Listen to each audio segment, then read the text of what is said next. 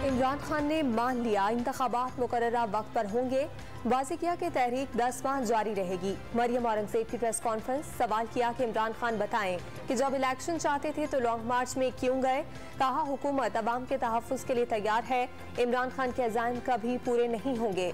दावा किया कि सहाफ़ी सदफ नईम के शौहर से अंगूठा लगवाकर बयान लिया गया, उनकी मौत की तहकीकात होनी चाहिए। जिला कचहरी लाहौर ने साबिक डिप्टी स्पीकर दोस्त मजारी के एक रोज़ा जिस्मानी रिमांड में तौसी कर दी। अदालत की एंटी करप्शन को आइंदा समात पर तफ्तीशी रिपोर्ट पेश करने की हिदायत।